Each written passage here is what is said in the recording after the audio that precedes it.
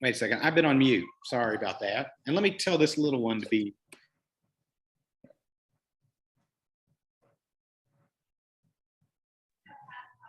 All right. We have a pacifier in. So there we go. That'll end that one. So I'm glad I was muted because the baby was going crazy there. So welcome everybody to week 2 of our 3 weeks on the War of 1812 and the Battle of New Orleans with Keith Midkiff. I was saying as I was muted that if you missed last week and you'd like to watch it, if you'd like to go back and listen to it, I highly recommend you doing that. Just respond to the email. It'll go directly to me and say you didn't get it, and I'll shoot it out to you whenever I get the email. It's a very easy thing for me to do. It's not a problem, and I don't want you to miss one of the weeks because we have 3 weeks here.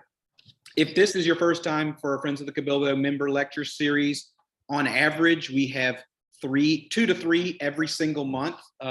Months like November and December, we usually have 2, but August, September, October, back in January, we'll be about doing 3 a month, I'm sorry. And it's always Tuesday night at 6 p.m. unless it's some kind of random thing where we're doing something different. But overall, it's pretty much every Tuesday at 6 o'clock. And this is free for members.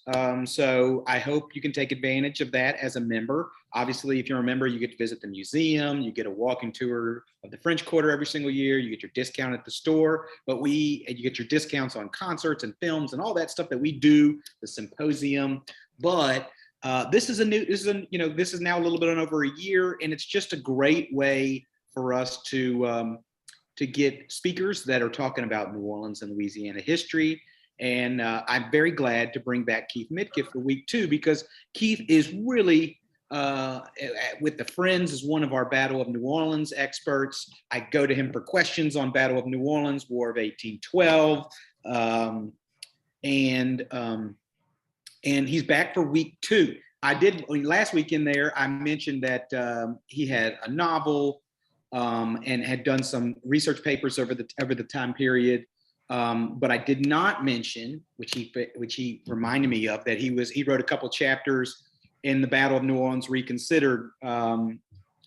Curtis Manning was the kind of the author of the book, and then he had other people work with him on the book, doing different chapters. So I linked that in the chat if you're interested. But we're going to move on. We're going to, last week we were looking at where the city was leading into the Battle of New Orleans. I mean, Battle of New Orleans is in 1815. War of 1812 starts in 1812. So we covered a lot of time period there. And this week we've got we're going to be talking about more around the time of the battle. I'm correct, Keith, in that, right? Leading up to the battle, right? Leading up to yes. Yeah. Well. So with that, I want to introduce Keith Midkiff, and I hope you guys enjoy tonight. And we'll do questions at the end. But if you do have questions as we're going along, just put them in the chat so I can ask them later on. Even if you have questions and you're not watching it live, you're welcome to send us, the next day, send us a question and we can bring it up next week. So there's no limitations on questions when they're answered. We love to get questions. So with that, I want to welcome Keith Midkiff for week 2 of 3. Thank you, Jason. And also my thanks to the Friends of Cabildo for once again inviting me to give another talk about another aspect of the War of 1812. This time the focus is on the city's role in the Battle of New Orleans. But first, I've got a correction to make. Let's see. All right. You guys can see the screen now? Yeah, we can. All right.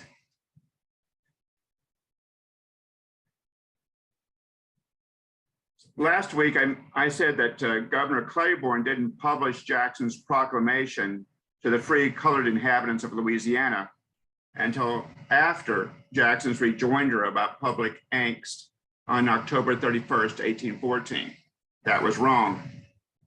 The proclamation in question was one of 2 that Jackson sent to the governor for publication dated September 21st, 1814.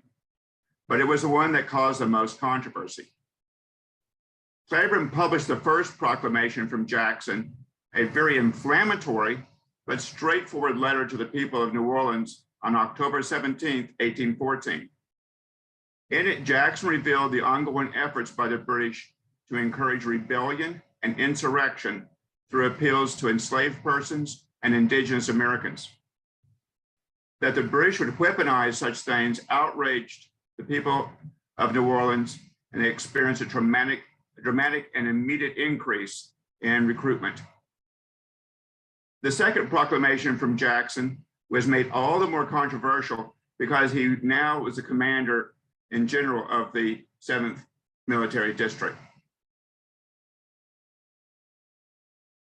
Claiborne published the second proclamation to the free colored inhabitants of Louisiana on October 24th, encouraging more free Black militia volunteers to defend the city from the British. The city's leadership balked at the idea, but agreed to allow it for the duration of the war. As soon as peace had been restored, however, all of the new Black recruits would be banished from the city. It was this bit of idiocy that made Jackson write his white angst reply to Claiborne.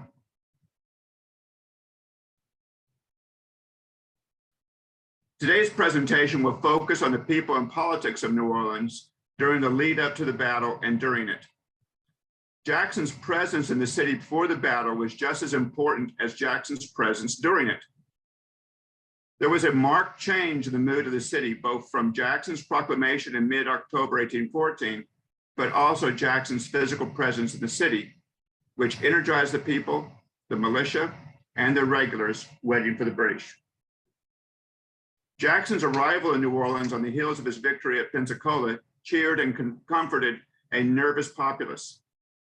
There were dinners and toasts to American victories at Niagara and Lake Champlain throughout the city in the following days.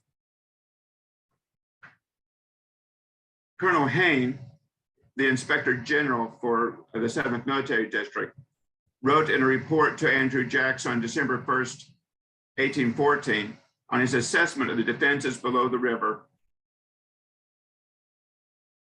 in the river below New Orleans. In his report, Hayne dismissed the old French fortification at the river's mouth known as the Belize, saying, quote, "A fortification in Siberia would be as of much service in defending the bar of the Mississippi as the work which has been constructed at the Belize," end quote.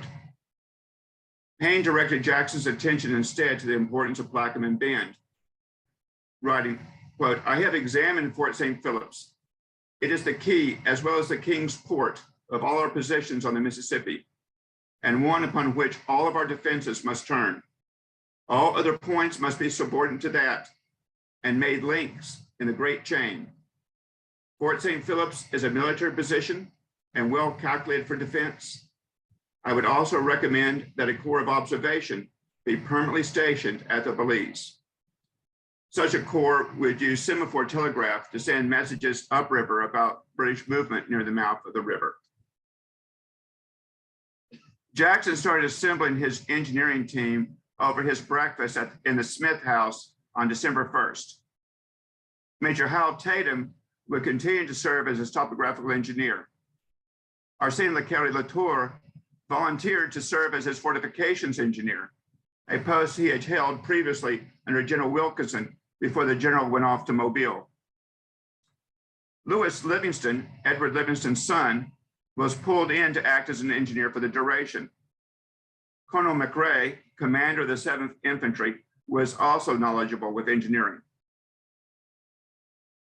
Jackson left the Smith home on Bayou St. John after his breakfast about mid-morning for Fort St. Charles, where he spent the night in the old fort's officer barracks. While there, he waited for his staff to make more permanent headquarters. His staff settled on a townhouse on Royal Street. Jackson moved into his new headquarters on December 2nd, 1814. The chosen location lay in the heart of the city's financial district, directly across from the street from the Banque de la Louisiane, half a block below the Planters Bank, and around the corner of Conti from the Orleans Bank. The salient feature behind choosing this location for Jackson City headquarters, halfway between Conti and St. Louis, was the nearby banks. Jackson gave a speech to the people of New Orleans on December 2nd. One account by Richard Keith Call gives the location for the speech as the former home of Daniel Clark, which is 823 Royal Street today. There, according to Call, he was met by the governor. Jackson spoke after the governor addressed the crowd, and Major Hal Tatum in his journal does not say where Jackson delivered his speech, but other sources say it was made from the balcony of the townhouse. This version seems more logical to me. Tatum writes that Jackson made his speech only after having studied reports and interviews, quote, to enable him to adopt the most efficacious plan for the defenses of Louisiana and of Orleans in particular against threatened and expected invasions, end quote. Both Tatum and Call agree that Edward Livingston translated Jackson's words into French, and that both his spoken and published words had an immediate and positive impact on the city, bringing together the disparate factions. Tatum writes that, quote, they were urged to union amongst themselves, that they had now to defend their nearest interests, their property, wives, children, and everything dear to free and independent men, that the citizens of the United States from upper country were on their way to assist them, that this was an evidence of the interest their fellow citizens of America took in preserving to them their rights and property, and now stepping forward to defend both against their implacable enemy, whose only object was plunder and outrage.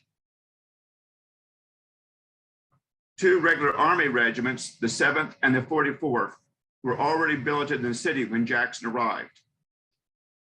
The newly formed 44th Infantry used the Navy Armory on Dumaine as their barracks, while the veteran 7th Infantry occupied the old Spanish barracks behind Fort St. Charles.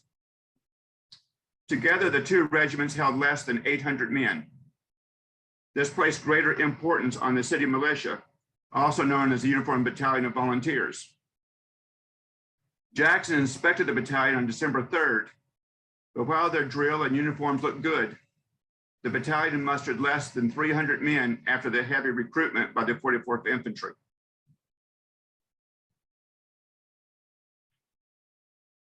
The battleship squadron, the British invasion fleet, had already anchored off Pensacola, but the slower transports and supply vessels were still en route, far behind their forward elements, and carrying a rumored 10,000-man army.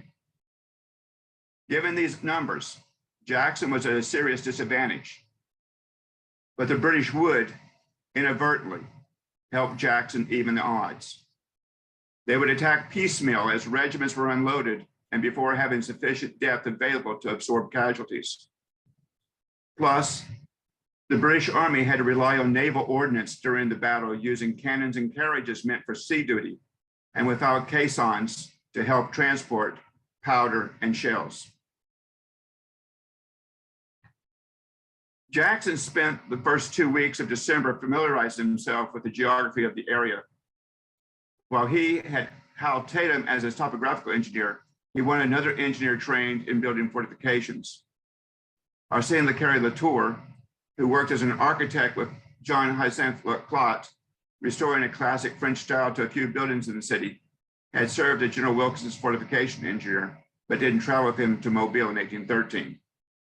Jackson welcomed his experience in that position. Louis Livingston served as Jackson's aide-de-camp and translator, not only for the public at large, but for Latour as well.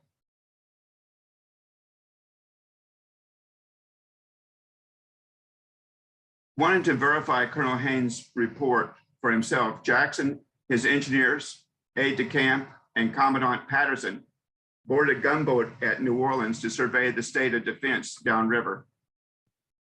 They were pleased to see repair work on old Fort St. Leon well underway, and included an encampment below the fort to defend it from a land attack from downriver. Jackson's entourage toured Fort St. Philip and Latour recommended ridding the fort of its wooden barracks and placement of new batteries both within and beyond the walls. He also recommended using the site of old Fort Bourbon across the river from Fort St. Philip for additional guns. Jackson was also impressed with the placement of more batteries at Terre Boeuf, but they would not play a major role in the upcoming battle, and neither would Fort St. Leon. The gunboat brought Jackson's entourage back to New Orleans on December 9th, and 2 days later, he and his engineers traveled to Pass Chef Mentor to examine Claiborne's picket site there. Jackson's engineers were not shy about suggesting improvements for a much larger presence, including a battery of twin 9-pound cannons to improve the defenses. Jackson accepted the recommendation and moved on to survey Fort St. John and the cypress swamps that surround it before returning to the city. For the people of New Orleans, whether they were Native or immigrant American, or Louisiana or Caribbean Creole, or merchant or planter, Jackson demonstrated energy and confidence, which gave everyone hope to replace their earlier apathy and despair. His words from December 2nd pointed out that regardless of their background or politics, everyone shared a common goal to defend their homes, property, and families from an invader with a history of wanton destruction and abuse. Jackson's plan to defend New Orleans depended on shaping the battlefield. If he could have the British attack where he wanted, a place where he would have the advantage of geography, then his limited number of troops might stand a chance. Jackson needed to force any battle with the British to be on terrain he selected and where he could concentrate his forces. He directed Governor Claiborne to block all the major bayous between Bayou Lafourche and Pass Chef Mentor. This would free up some of the militia units already stationed along those waterways. He wanted to limit British invasion options to either Pass Chef Mentor or Bayou St. John. Either location would funnel the British into a limited field of operation where the weight of their numbers wouldn't matter as much.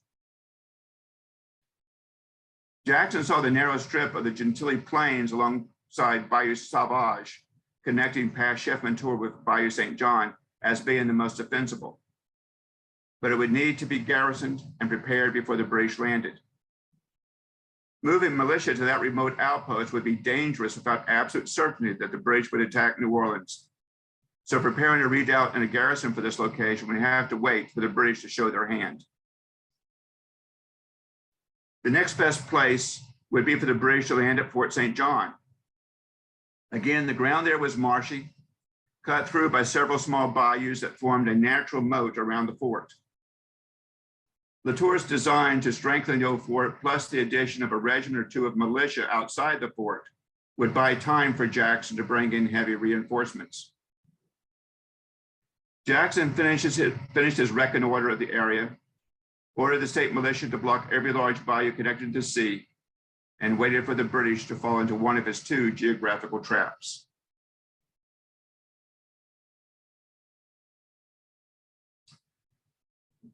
Edward Livingston had a larger role than just Jackson's translator. He was also a political rival of Governor Claiborne, having run against him in the last election. The decision to attack Barataria in September had been made by a committee chaired by the governor. Livingston proposed an amnesty for the Baratarians locked up in the city jail since September in order to bring hundreds of their men to the defenses of the city. A lawyer, he turned to the courts to make it happen. Federal District Court Judge Augustine Hall granted the imprisoned Baratarians a 40-day amnesty if they and other Baratarians would help fight to protect the city. They did more than that. Dominic Yu and Renato Beluche captained 2 artillery batteries, first at Fort St. John and later at Line Jackson. Baratarians so accustomed to avoiding the customs service manned the Louisiana, a revenue cutter, as a floating gun battery below the city. The Louisiana, by the way, did not fall prey to British hotshot, as did the unfortunate Navy frigate Carolina. The Baratarians also opened their immense store of munitions that were that had evaded capture by Patterson and Ross back in September. An armory so huge that a company of the 7th Infantry and hundreds of Baratarians worked around the clock in a constant resupply of Andrew Jackson's army at Chalmette. Lafitte's vital stockpile of munitions, when added to the pre-positioned stores by the American Navy and Army, provided a decisive advantage to the Americans. The artillery duel on January 1st, 1815, being the proof of Jackson's near inexhaustible supply of powder, shot, and shell. Letters from the time of the battle show that many of the people of New Orleans had grown so accustomed to hearing the sounds of artillery and musketry that they paid it little heed, even as artillery fire rattled their windows. Men, both free blacks and whites, too old to serve in the militia, signed up to serve in the Home Guard.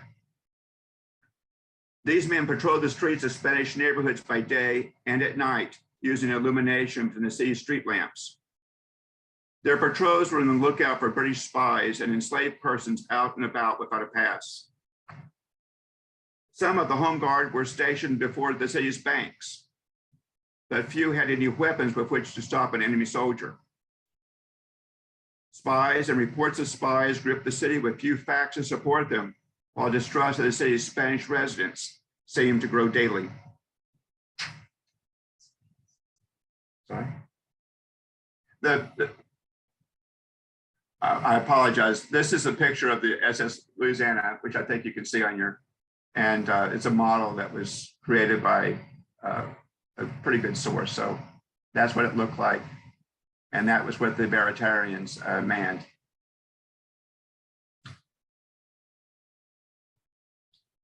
The British tipped their hand with their successful attack on the American gunboat squadron at the mouth of the Rigolets on December the 14th. While a tactical victory for the British, it provided Jackson with the military motivation he needed to speed up war preparations for defense of the city. The British had scored a sea victory in their December 14, 1814 Lake Borgne attack on the American gunboats caught at the mouth of the Rigolets between tide and wind, immobile, unable to maneuver. But that encounter was only the first of a multi-part Battle of New Orleans.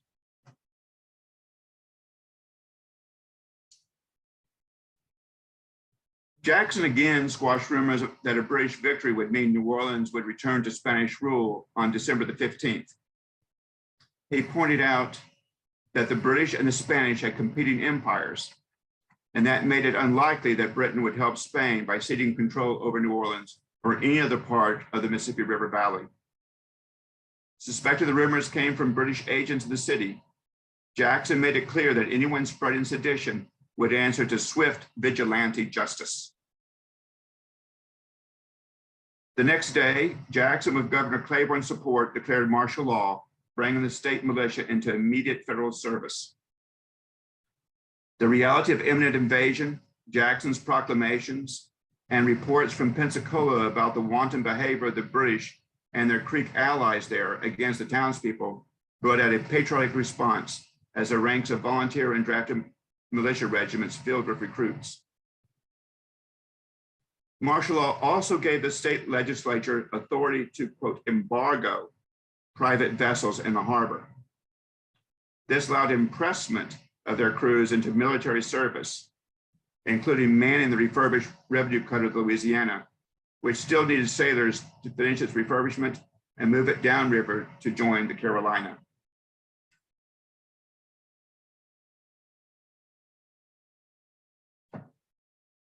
Following the British victory in the Battle of Lake Borgne, by the way, this is a view of the Ursuline Convent as seen from the river with the chapel on your left-hand side.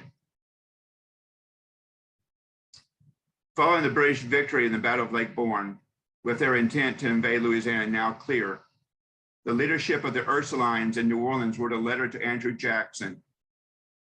These nuns knew the stories about horrors inflicted on civilians in Saint-Domingue during the Haitian Revolution. And they knew about the outrages inflicted on the women of Hampton, Virginia, and Spanish Pensacola by the British Army. Their letter read, in part, quote, Martial heroes are the natural protectors of the weaker sex. And when to this we add our particular consecration to a life of religious seclusion and to the institution of female youth, we trust we have said enough to rouse in your favor your most active solicitude. We cannot altogether command the alarms which the din of arms is apt to raise on the female breast, and which our situation renders peculiarly distressing. But we therefore hope to be excused if we beg that in case of an emergency, you will particularly recommend our house to the guardianship of your gallant veterans, end quote.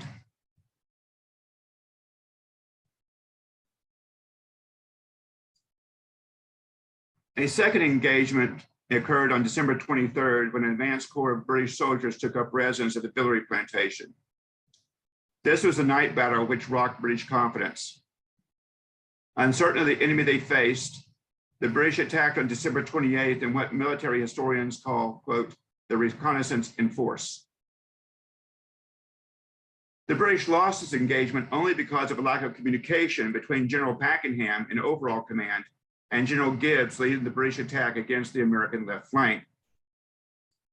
Gibbs had broken through to the American rear when he received orders to retreat. It seems Pakenham didn't know. Bernard de Marigny, in his address to the state legislature in 1842, tells us that, quote, the ladies formed a committee to provide all that was necessary for the wounded and to care for them. Private hospitals were established. From the houses of the citizens came bed linen, lint, and clothing, end quote. Edward Livingston's wife, Louise, was one of the New Orleans ladies Marigny applauded in his address to the state legislature. She had opened up her home as a private hospital. A wounded British officer under her care urged her to flee before his army had captured the city.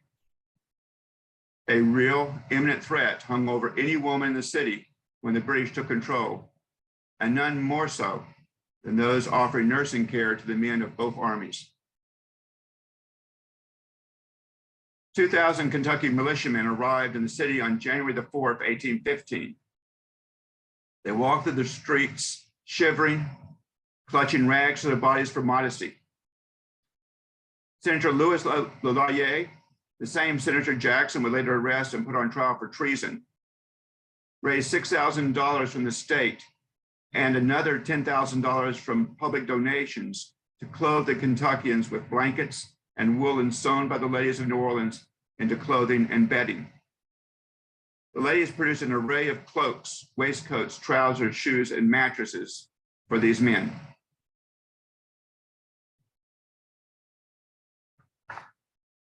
This is a Lafon drawing of Fort St. John. Thousands of enslaved workers were used to build fortifications and clear swamps to create fields of fire both below the river and around Fort St. John.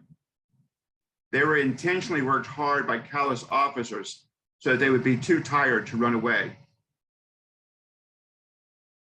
William Davis, in his book, The Greatest Fury, The Battle of New Orleans and the Rebirth of America, relates the story of one of these enslaved workers, a young man of 18 named Archie. Archie had been contracted to work near Fort St. John by Jacob Perkill. Archie toiled for weeks, staying in freezing cold water up to his waist, cutting timber in the cypress swamp surrounding the fort. He collapsed one day on top of a muddy pile of boards, coughing up blood. Davis, citing the report of the Committee of Claims on the petition of Jacob Perkill, writes, Archie lingered another 8 weeks before he died on the day he was taken home.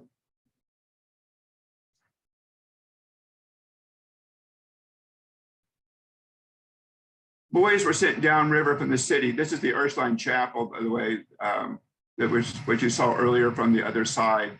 This is the view from the street side. Boys were sent downriver from the river to climb trees where they could observe the battle from a safe distance.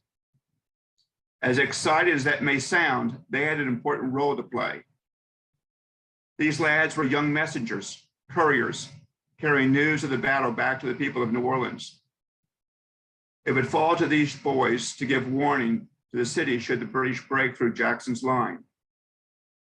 And it was one of these couriers who, on January the 8th, 1815, brought the first word of victory to the crowded prayer-filled chapel of the Ursulines.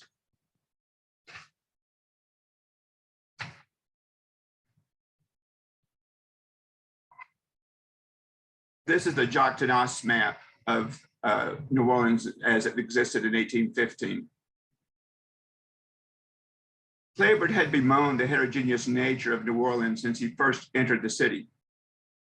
He used this as a defense against criticism about the poor showing of military ardor in the city throughout the war until October of 1814. That month, Claiborne had released Jackson's proclamation revealing British plans not just to occupy, but to plunder and rape as well.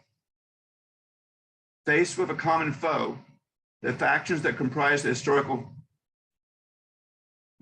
factions in New Orleans grew closer together. It was a shaky rapprochement that tended to exclude Spanish residents from the fraternal bonds of forming a common defense. Whatever dreams of reestablishing Spanish dominion might have once existed took serious hits as reports of British conduct in Pensacola trickled in, and Jackson's logic about the impossibility of a partnership between the competing Spanish and British empires took hold. Some Spanish residents refused to give up their dreams and may have acted as Spanish spies. There's no way of knowing. Rumors of spies and the Army's aggressive arrests without charges or trial tended to obscure actual activity. Some of the city's residents were British, but apparently they did not warrant serious attention beyond having British pilots removed from working on the river. Spanish men did join the militia and serve in the battlefield below New Orleans, but that did little to deter Anglo-American and French distrust. The political unity, the sense of, quote, everyone is an American now, end quote, as French Consul Louis Toussard said during the height of the battle, a fraternity born in the face of an existential threat. All of that began to crumble even before Jackson left the city. One of the things I shall cover in next week's presentation. Thank you. All right, setting the stage for next week, Keith, for the battle here. If anybody has any questions, please put them in the chat, or if you'd like to ask them, we're more than welcome to let you unmute yourself, and I'll make sure I'm gonna allow you to unmute yourself. But I do have a question, and you mentioned this last week when you were talking about Jackson, and you talked about it at the beginning of this week about Jackson's stance about Black soldiers fighting and how he basically badly wanted them to fight, right? Yes. Jackson has kind of a Machiavellian attitude, and that is he was willing to have Black soldiers, is even willing to have indigenous peoples fight with him. But he did not. He wasn't bothered by that. He promised them that there was going to be a whole new world out there. And that leads to my question: is that once that happened, and we obviously know what happened in the Battle of New Orleans, did he stand by his pledges to treat these people equally? Because no one's going to sit around and say that Jackson was the biggest saint of all time. It's an interesting dichotomy of a man to be like, I'm all on board with Black soldiers and indigenous soldiers and mixed race soldiers. And then you know what happens later on in his career. Am I just, is the battle just, he doesn't care about anything but other than getting rid of the British? Is that, in the end, that's all that matters to him? That is correct. Jackson was not particularly concerned about what comes next, as long as he's on top now and has a plan to stay on top later. Like I said, it was very Machiavellian of him. Yeah. Everything he promised, and which we'll cover next week too, is that his promises disappeared. As soon as there was pressure applied to him, hey, not my problem, not my job. I've done what I can do. So the other thing is to realize, look at the animosity, the inherent racism in the city's response.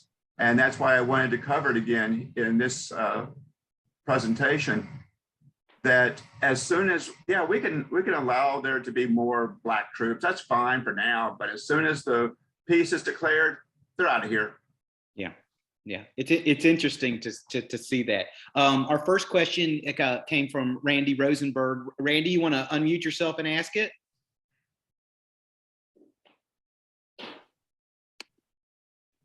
Randy, I feel better knowing you're having. Can you hear me now? Yeah, yes, I can hear you now. Great. One needs only to tour St. Louis too to become aware of Noble Jordan, and a peculiar history in and of himself, as he was the drummer. I wonder if you can sort of fill us in as to the background of what about him was so electric and so insanely talented that he would have been picked by the command to lead and signal the troops, which was the only means of communication in what is, if anyone's ever visited the battlefield, a small ground, and it had to be terribly noisy. So you read he also drummed for the Confederacy, which was hard to understand. And I think he lived to about 1890. So it's a long life. Could you just speak a little bit about him? Jordan Noble comes on the history stage as a young lad. He was an enslaved individual. His owner brought him from Georgia, and he will participate in the Creek War with the regular army fighting there. I've forgotten the name of his previous owner. And Jordan will witness Jackson's how Jackson handles the enemy. In other words, no quarter given. Jackson's favorite tactic in fighting in the Creek War was to put down so much heavy fire that nobody could get out of the cabins. There were log cabins, just like you would think in the Old West. And then they would set fire to the cabins and wait until everybody burned inside, including escaped slaves, which Jackson and his troops took delight in pushing back into the flames. So Jordan got a pretty good idea of which way the wind blew, as it were. Now, the story is that, anyway, Jordan will come with his master or his owner to New Orleans and will then be resold. Some people say that he was granted sort of a semi-independent, but his he will join up with a Louisiana Free Persons of Color militia and will go with them to pass Chef Mentor. And he was so remarkable with his drum that he made things feel pretty lively for those troops. When they begged and Jackson finally relented to allow the Louisiana Black militia to come down to line Jackson, Jordan Noble came with him. Again, he was so good that everybody was just astounded. And of course, all the musicians then had to have a jam session. And they marched up and down. The Clegg in his journal says that we British loved it too. So he wasn't just playing for the Americans, he was also playing for the Brits. On January the 1st, as the story goes, that The British did not attack on time. The Americans had gotten to thinking that this was one of those, you show up at 8 o'clock, you fire for a little while, you have lunch, you fire some more, and then you go home. And the Brits were late. And they didn't think that they were late because it was heavy fog. They thought it was late. Well, maybe January 1 is a holiday in England. And so Jordan Noble is leading the bands and going back and forth, and the American troops have all decided to fall in behind him, and they're having a parade. When the British cannons open fire, it takes them 10 minutes, takes the Americans 10 long minutes to get back into the line. As much of a victory as the British walked away from on December 28th, the unbelievable inability of them to capitalize on those 10 minutes just astounds me, but they didn't. But that's the story of Jordan Noble. He was promised freedom. Other slaves that worked, as the story goes, were also promised freedom if they would do the heavy labor that was necessary to build those fortifications and clear those trees so they would have a clear field of fire. But none of that happened. None of that came to bear.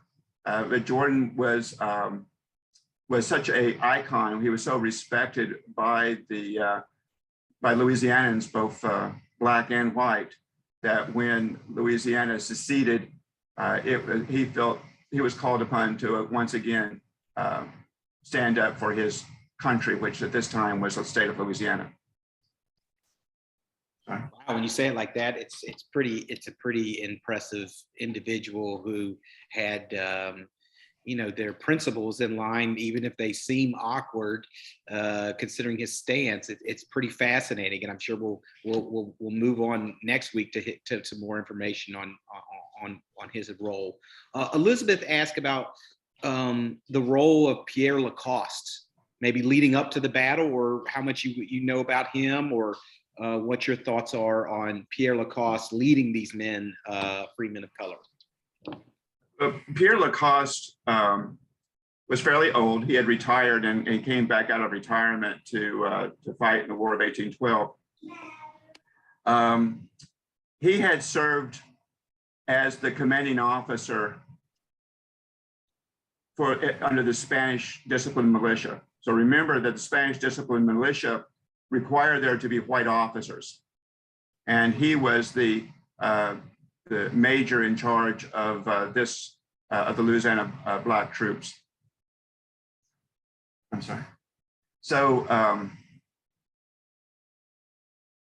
they naturally wanted him, and he wanted to be their patron, their representative to the white establishment. He may have been a slave owner. He had a plantation, but from everything I've read about him, he was a fairly decent individual. But that's this would be his last hurrah, and that's why he was chosen. Dauphin, I know you didn't ask about Dauphin, but Dauphin was a merchant. He came from Saint-Domingue, and as a white merchant, he was necessary because the law stipulated that any black troops had to be led by a white officer. He was the man that the Saint-Dominguean black troops proposed to be their white officer, their token white officer. And he knew it, everybody knew it. Everybody commented that everything was happening because of Savary. Now, Savary officially was captain until Claiborne bumped him up to second major. So the Dauphin's unit had two majors in it. Everybody was going fine until Jackson actually slips once and calls him Colonel Savary. That's his rank in the French militia on Saint-Domingue. So he was very, very competent officer. So there you go. I threw in a little lagniappe for you.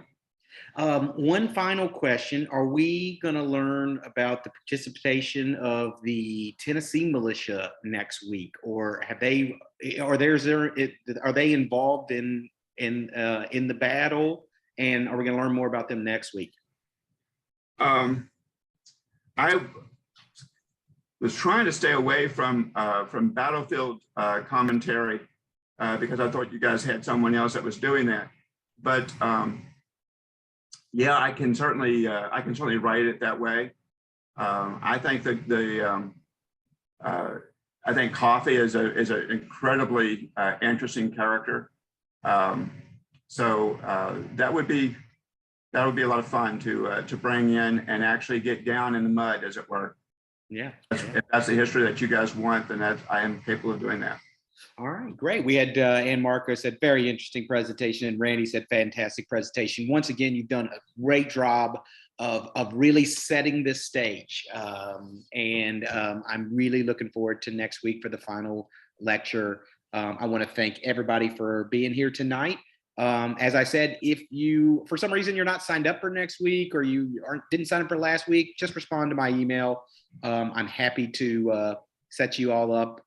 Sometimes our database is a little frustrating to add a couple things at one time, and we're actually updating that now. But we're looking forward to next week. Keith, again, great talk, and we will see everybody next Tuesday at 6 p.m. Thank you so much for being here tonight. Thank you, guys. Good night. Thanks, Keith. Good night.